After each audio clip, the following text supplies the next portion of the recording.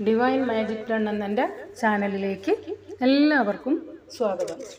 ഇന്നത്തെ തിരക്ക് പിടിച്ച ജീവിതത്തിൽ ദിവസവും രാമായണം വായിക്കണം, മഹാഭാരതം വായിക്കണം, ഇല്ലെങ്കിൽ ഭാഗവതം വായിക്കണം എന്നൊക്കെ പറഞ്ഞാൽ അത് കുറച്ച് കഷ്ടമുള്ള കാര്യമാണെന്ന് നമുക്കൊക്കെ അറിയാം. അതിനുണ്ടൊരു പരിഹാരം. മുഴുവൻ രാമായണം വായിച്ചാൽ കിട്ടുന്ന ഫലമുള്ള ഏകശ്ലോക രാമായണം, മുഴുവൻ മഹാഭാരതം വായിച്ചാൽ കിട്ടുന്ന ഏകശ്ലോക മഹാഭാരതം, മുഴുവൻ ഭാഗവതം വായിച്ചാൽ കിട്ടുന്ന ഫലമുള്ള ഏകശ്ലോക ഭാഗവതം, ഇത് മൂന്നും ഇന്ന് പരിചയപ്പെടുത്താം. ഏകശ്ലോക രാമായണം എന്താണെന്ന് നോക്കാം.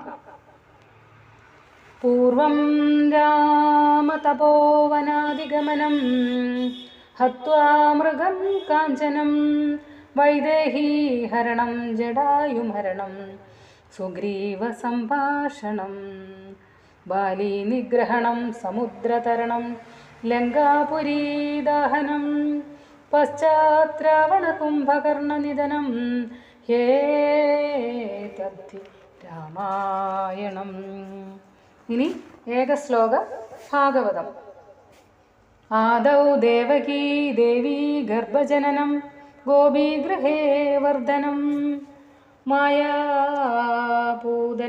ജീവിതാപഹരണം ഗോവർദ്ധനോദ്ധാരണം കംസച്ഛേദന കൗരവാദിഹനനം കുന്ദീസുതാപാലനം ഏതദ്ഭാഗവതം പുരാണകഥിതം ശ്രീകൃഷ്ണലീലാമൃതം. എത്ര എളുപ്പമാണ് രാമായണവും മഹാഭാരതവും ഭാഗവതവും ഒക്കെ ചൊല്ലിയിരിക്കുന്നത്. ഇനി ഏകശ്ലോക ഭാരതം.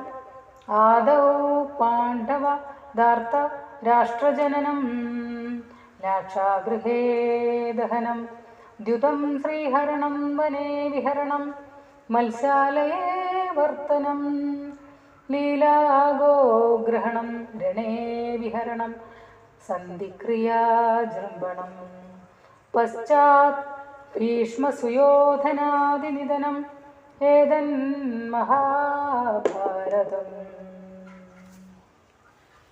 ഇത് മൂന്നുമാണ് വളരെ എളുപ്പത്തിൽ നമുക്ക് ചൊല്ലാവുന്ന ഏകശ്ലോക മഹാഭാരതവും ഏകശ്ലോക ഭാഗവതവും ഏകശ്ലോക രാമായണവും.